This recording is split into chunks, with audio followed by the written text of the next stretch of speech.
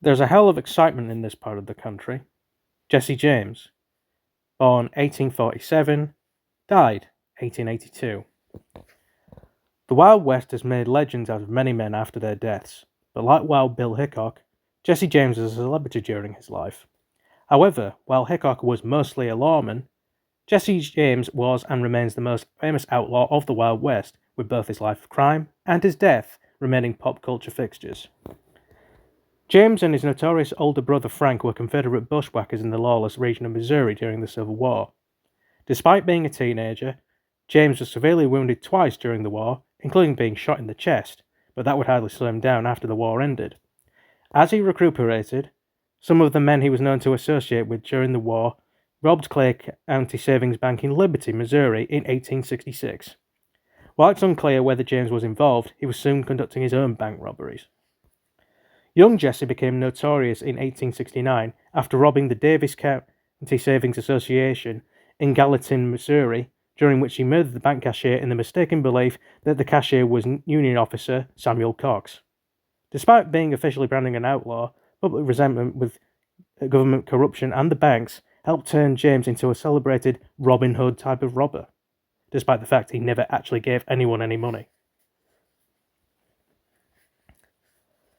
Eventually, James, his brother, and their infamous gang became the most hunted outlaws in the country.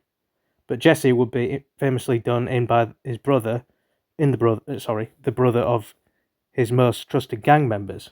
After Jesse moved in with the Ford brothers, Bob Ford began secretly negotiating in turning in the famous outlaw to Missouri Governor Thomas Crittenden.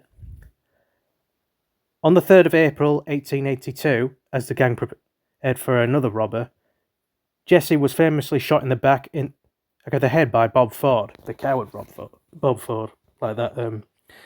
Like that film with Brad Pitt. Anyway, carrying on. As he stood on a chair fixing a painting.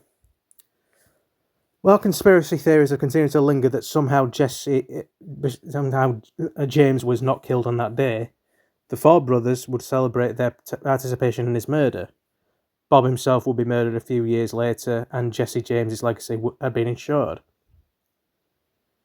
The Icons of the Wild West chronicles the outlaw's life while also analysing his legacy and the mythology that has enveloped his story, attempting to separate fact from fiction to determine what the notorious robber was really like.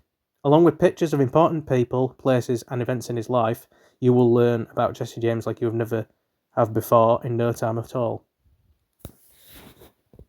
Yeah, I've done several takes of this. I might do it again when I feel more fresh. But yeah, that was if you've seen my post from yesterday, that was the video I was going to do either Thursday, aka today, or tomorrow, Friday. Anyway, peace out as